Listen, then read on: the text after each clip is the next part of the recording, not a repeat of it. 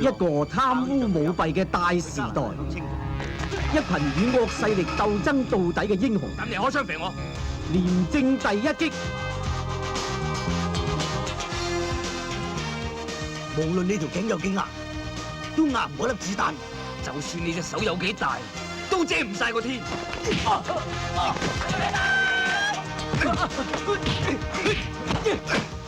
襲警！你而家搞到街頭槍戰，仲整傷埋人添，你唔顧自己啊，都顧下人哋啊！我就係為咗伙計嘅安全先加速行動咋，我哋冇身份㗎。如果時間越拖得長，就越危險。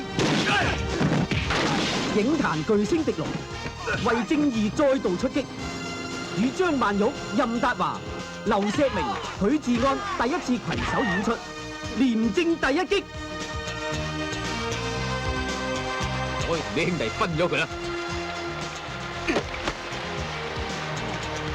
我唔肯同佢合作，唔通咁就叫做唔正常咩？凡係同正常人唔同嘅，都叫唔正常。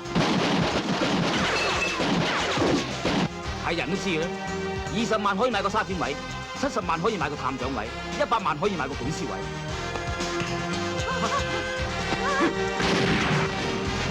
你都匿喺學堂睇咗風景好耐啦，你好開心咩？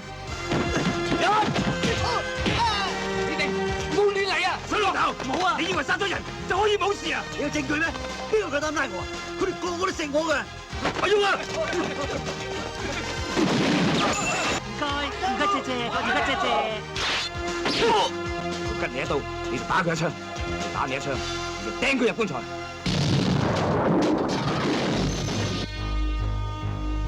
導演林德祿繼4大探長之後，震撼人心嘅新作品。